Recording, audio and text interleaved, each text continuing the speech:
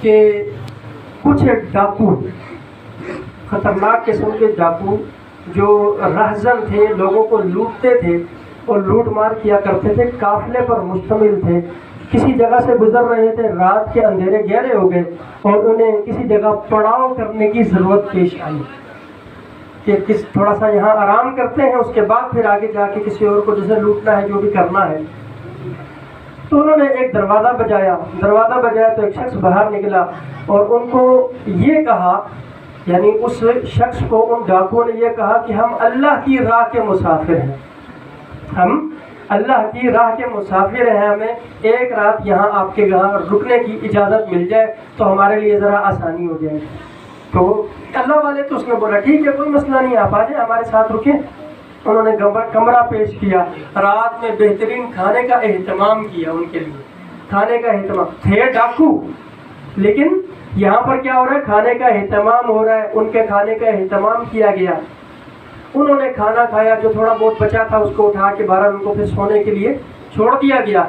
صبح جب وہ جانے لگے تو بہت زیادہ ادب اور احترام کے ساتھ ان کے ساتھ وہ مل رہا ہے اور اچھے طریقے سے رخصت کر رہا ہے، ہاتھ بھی گویا کہ چوم رہا ہے۔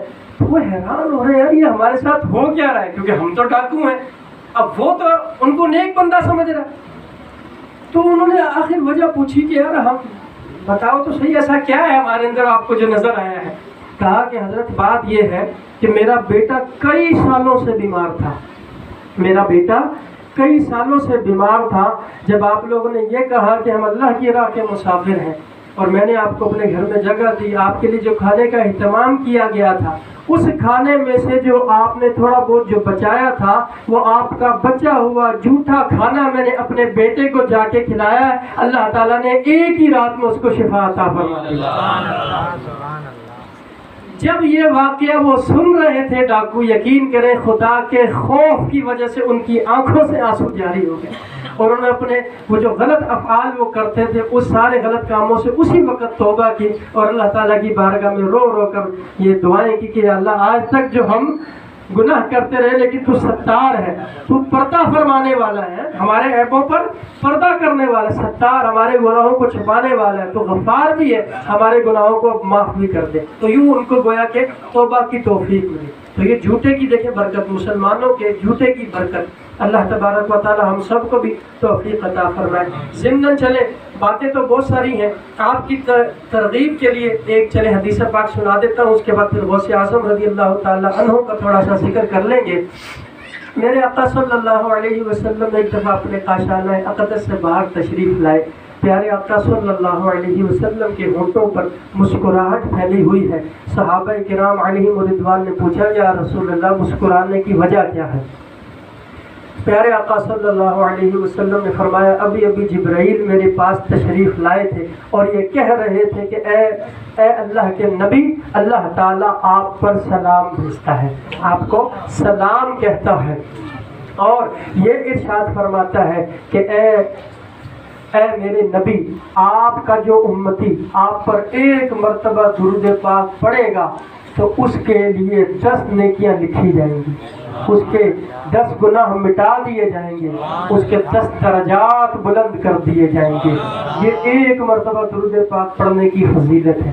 اب آپ سوچیں ذرا، درود پاک ہم ایک پڑھتے ہیں، انعام اتنے سارے ملتے ہیں، لیکن سوال یہ پیدا ہوتا ہے کہ درود کہتے کس کو ہے؟ ذرا یہ بھی پتہ ہونا چاہیے نا، درود کہتے کس کو؟ تو میں تھوڑا سا بتاتا چلوں۔ درود کہتے ہیں نبی صلی اللہ علیہ وسلم کے لیے رحمت کی دعا کرنا۔ درود کا مطلب کیا ہوتا ہے؟ رحمت کی دعا کرنا۔ اللہم صلی علی محمد، ترجمہ دیکھیں، اللہم صلی علی محمد، اے اللہ صلی درود نازل فرما تو علی محمد، محمد پر، یہی ترجمہ ہے۔ اللہم صلی علی محمد، اللہم صلی علی محمد، درود اے اللہ درود نازل فرما تو محمد صلی اللہ علیہ وسلم۔ ٹھیک ہے، اچھا پھر وہی درود، تو درود کا مطلب اب تو دونوں سا ہوا نا، تو اس کا بھی ترجمہ کرنا، اللہم صلی علی محمد، اے اللہ رحمت نازل فرما تو محمد پر، یہ اس کا ترجمہ ہے۔ یعنی اگر ہم درود پڑھیں مطلب کیا ہے؟ حضور کے لیے رحمت کی دعا کریں، رحمت کی یہ میں سننا چاہ رہا ہوں آپ لوگوں سے. لیکن پھر میرا ایک سوال ہے آپ سے. میرے نبی صلی اللہ علیہ وسلم کی ذات تو وہ ذات ہے کہ جس ذات کے بارے میں خود اللہ تعالیٰ ارشاد فرماتا ہے وَمَا أَرْسَلْنَاكَ إِلَّا رَحْمَةً لِّلْعَالَمِينَ، اے حبیب ہم نے آپ کو تمام جہانوں کے لیے رحمت بنا کر بھیجا. آپ رحمت کی دعا کر رہے ہیں اور وہاں رب کریم نے تو انہیں رحمت للعالمین بنا کر بھیجا ہے. تو بات سمجھنا آئی، درود کا مطلب ہوتا ہے رحمت کی دعا کرنا، اور جس کے لیے رحمت کی دعا کی جا رہی ہے وہ تو خود رحمت للعالمین ہے.